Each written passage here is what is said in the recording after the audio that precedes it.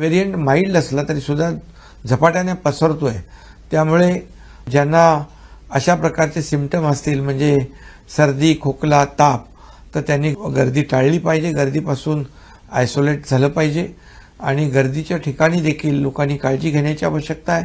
आज आपण पाहतोय की 25 डिसेंबर नाताळ येतोय, 31 डिसेंबर येतोय, त्यामुळे नागरिकांनी जास्तीच काळजी घेण्याची आवश्यकता आहे, पण घाबरण्याची आवश्यकता नाही, एवढंच आवाहन या ठिकाणी मी करतोय। कारण पूर्वी आपण या कोविडचं मोठं संकट आपण त्याचा सामना केलेला आहे।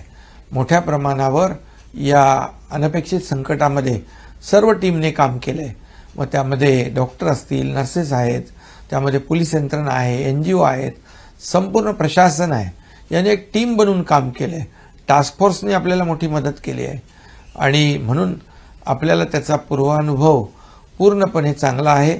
त्याचबरोबर आदरणीय प्रधानमंत्री नरेंद्र मोदी साहेबांच्या नेतृत्वाखाली आपल्या देशाने देखील धीरोदात्तपणे या कोविड संकटाचा सामना केलाय आणि त्याचाही अनुभव आपल्याला आहे। आपल्या राज्याला देखील केंद्र सरकारने मोदी साहेबांच्या नेतृत्वाखाली त्या काळात देखील भरीव कोविडसाठी मदत केली आणि म्हणून यावेळेस आपली यंत्रणा पूर्णपणे अलर्ट असली पाहिजे, यासाठी आजचा एक महत्त्वाची बैठक, आढावा बैठक घेतलेली आहे।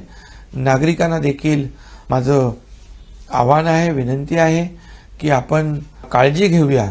गर्दीच्या ठिकाणी अधिक काळजी घेण्याची आवश्यकता आहे, पण पुन्हा एकदा मी सांगेन की काळजी घेण्याची आवश्यकता आहे, परंतु घाबरण्याची आवश्यकता नाही, कारण याचा सामना आपण व्यवस्थित करू।